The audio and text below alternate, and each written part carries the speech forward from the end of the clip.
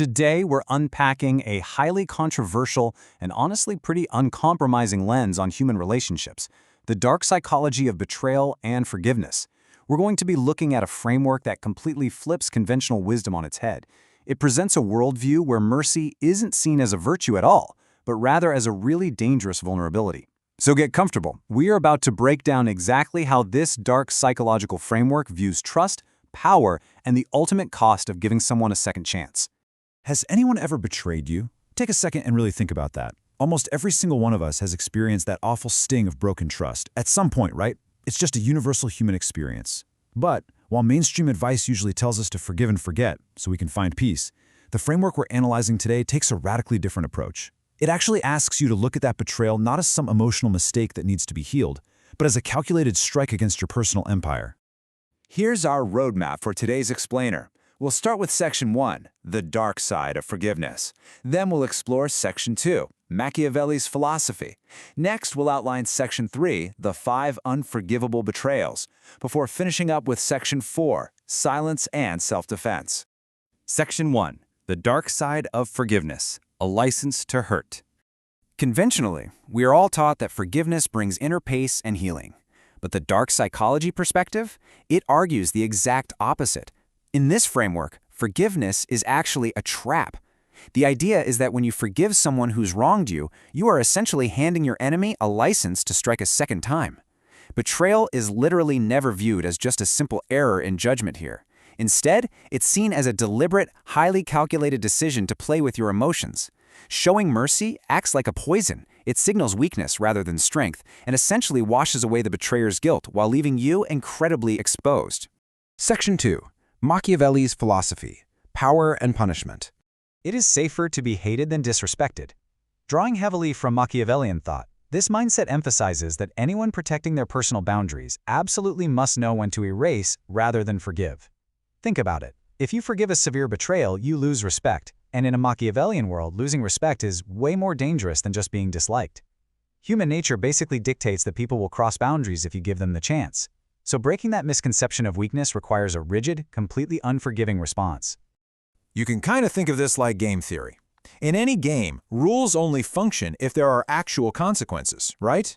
Punishing a betrayal is absolutely essential to maintain order. If you forgive a betrayal, you break the rules of the game and invite total chaos. By giving a betrayer a second chance, you are effectively choosing the path of self-destruction. Why? Because the betrayer already knows your weaknesses, and they're just going to target them again. Your strictness, therefore, serves as a necessary warning to everyone else. Section 3. The 5 unforgivable betrayals, lines in the sand. Okay, so we've unpacked the philosophy. Now let's look at where this framework demands absolute zero tolerance. There are certain lines that once crossed completely alter a relationship forever. Number 1 has to do with the ultimate currency of trust, something that takes years to build, but literally a single moment to destroy. Leaking your secrets. In this worldview, information is power. Anyone who takes your private information and shares it isn't just a bad friend. They've effectively become an enemy spy. And because you can't put the genie back in the bottle, the damage is completely irreversible. There's no such thing as unsharing a secret.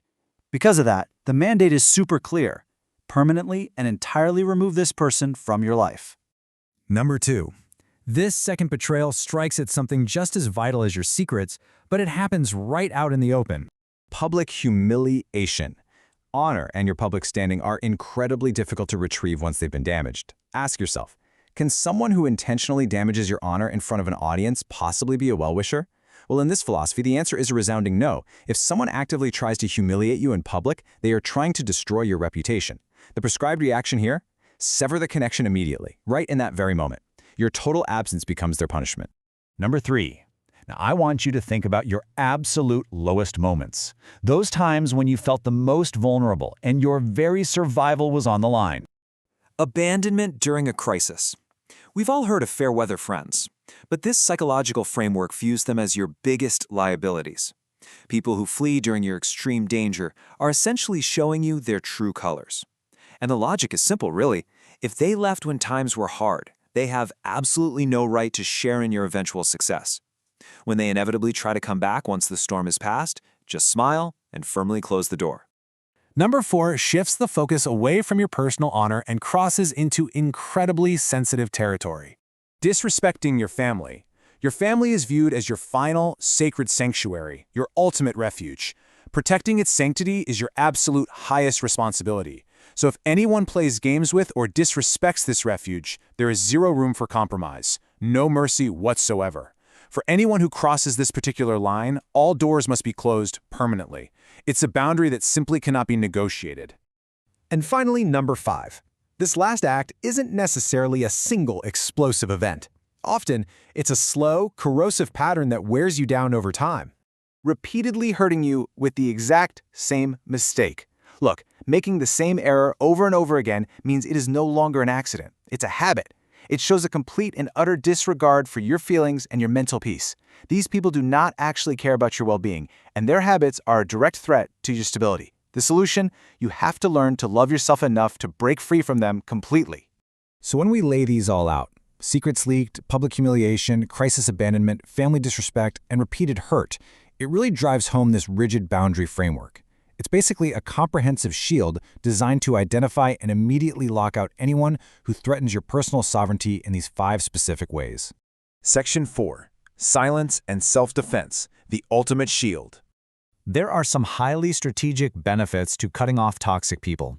You maintain your personal sovereignty, protect your mental peace, avoid being repeatedly exploited, and you project strength. What's super fascinating here is that this is not about active revenge or holding on to a bunch of hatred. Seeking active revenge takes valuable energy. Instead, this is purely self-defense. It's about being a rational ruler of your own life, making logical decisions to protect your time and energy rather than emotional ones. And this leads us to the ultimate method of dealing with betrayers. Your silence and distance are your biggest weapons. True victory in dark psychology isn't fighting back, it's rendering the betrayer completely irrelevant. To truly free yourself, you shouldn't hate them. You should simply deny their existence entirely. By ignoring them, you essentially delete them from your world, which instills far more fear and curiosity in them than any angry words ever could. So are you ready to build an unbreakable wall around your empire? We've explored a deeply intense Machiavellian perspective today, one that treats forgiveness as a fatal flaw and demands absolute sovereignty over your personal boundaries. Whether you agree with this uncompromising approach or you just find it way too harsh, it absolutely forces us to think critically about the value of our trust and the true cost of a second chance. Thanks for joining me on this explainer, and keep questioning the dynamics of the world around you.